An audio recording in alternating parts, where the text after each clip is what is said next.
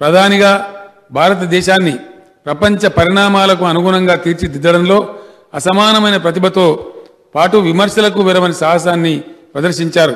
అటువంటి మహనీయుడికి, తెలంగాణ ముద్దుబిడ్డకు, ప్రపంచ మేధావికి, బహుభాషావేత్తకు, అపర చాణక్యుడికి, ప్రగతిశీలికి, సంపన్న భారత నిర్మాతకు, జాతి రత్నమై బాసిలిన నాయకునికి మరణానంతరం భారతరత్న పురస్కారం ఇచ్చి భారత జాతి తనను తాను గౌరవించుకోవాలి.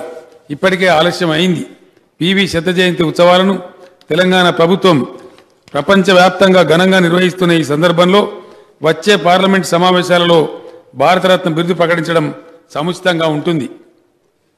అధ్యక్ష, దీనికి సంబంధించినటువంటి తీర్మానం తమ అనుమతితో తెలంగాణ బిడ్డ, దక్షిణాది నుంచి తొలిసారి ప్రధాని పదవికి ఎన్నికైన రాజనీతిజ్ఞుడు, నూతన ఆర్థిక సంస్కరణల సారథి, అరుదైన దౌత్యనీతి కోవిదులు, బహుభాషావేత్త, దేశ ప్రగతికి ఉజ్వలమైన దారులు నిర్మించిన మహోన్నత దార్శనికుడు, భారత రాజకీయాలలో మేరునగ ధీరుడు, అసాధారణ ప్రజ్ఞాశాలి శ్రీ పాములపర్తి వెంకట నరసింహారావు గారికి మరణానంతరం భారతరత్న పురస్కారం ఆయన శత జయంతి ఉత్సవాల సందర్భంగా ప్రకటించాలని, పార్లమెంటు ప్రాంగణంలో ఆ మహనీయుని విగ్రహాన్ని, చిత్తరువును ప్రతిష్ఠించాలని, హైదరాబాద్ కేంద్రీయ విశ్వవిద్యాలయానికి శ్రీ పివి నరసింహారావు గారి పేరు పెట్టాలని కేంద్ర ప్రభుత్వానికి విజ్ఞప్తి చేస్తూ తెలంగాణ శాసనసభ ఏకగ్రీవంగా తీర్మానం చేస్తున్నది.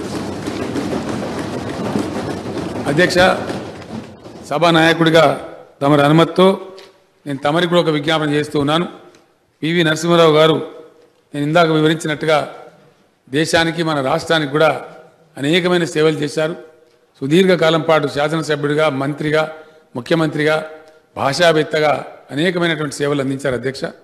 కాబట్టి వారి తైలవర్ణ చిత్రం మన శాసనసభలో కూడా వారి గౌరవానికి తగు రీతిలో తమరు ప్రతిష్ఠింపజేయాలని, మమ్మల్ని అందరినీ కూడా ఆహ్వానించి ఘనమైనటువంటి ఫంక్షన్ నిర్వహించాలని వినయపూర్వకంగా తమరిని అభ్యర్థిస్తున్న అధ్యక్ష. తమరు ప్రకటిస్తారని కూడా తమ ప్రకటన కోసం ఆశిస్తూ నేను విరమిస్తా ఉన్నా అధ్యక్ష. స్పీకర్ సార్, ఈరోజు మనందరి గర్వకారణం తెలుగు బిడ్డ, తెలంగాణ బిడ్డ, ఏకైక మన ప్రాంత బిడ్డ ఈ దేశ ప్రధానమంత్రిగా ఆర్థిక సంస్కరణలు తీసుకొచ్చి దేశం యొక్క అభివృద్ధిని ప్రపంచ దేశాలతో పోటీ పడే విధంగా తీర్చిదిద్దిన కీర్తిశేషులు పాములపర్తి వెంకట నరసింహారావు గారికి భారత ప్రధానమంత్రిగా ఎనలేని సేవలు అందించిన సందర్భంగా భారతరత్న గౌరవ పురస్కారం వారికి దక్కింది. ఆలస్యమైన వారికి గౌరవం దక్కడం ఈ దేశ ప్రజలందరికీ కూడా గర్వకారణం.